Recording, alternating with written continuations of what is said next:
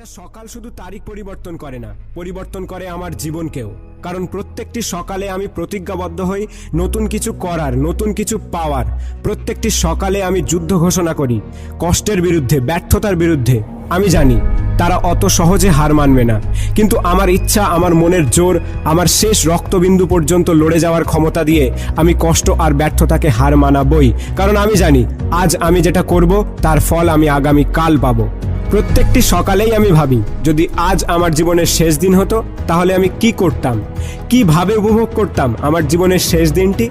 আর তাই আমি সেই কাজই করতে থাকি যে কাজের জন্য মৃত্যুর পরেও সারা পৃথিবী আমাকে মনে রাখবে। কিন্তু সেই মুহূর্তে আমাকে ভয় দেখাতে থাকে কষ্ট, ব্যর্থতা আর এই সমাজ। কিন্তু না, এত তাড়াতাড়ি হেরে গেলে হবে না। আমি লড়াই করব, আমি লড়তে থাকবো যতক্ষণ না শীর্ষে পৌঁছাচ্ছি।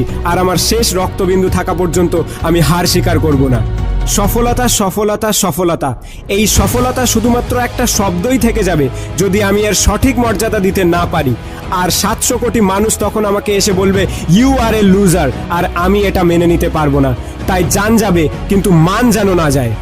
আমি জানি ব্যর্থতা আমাকে প্রতিটি পদে পদে হার মানানোর চেষ্টা করবে, কিন্তু আমি পিছু হটছি না। সে যদি পদ্মগোখর হয় তাহলে আমিও শালা কালকে উঠে।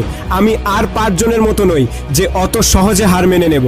যদি ইট মারে তাহলে পাটকেল তো মারবই। প্রতিটি সকাল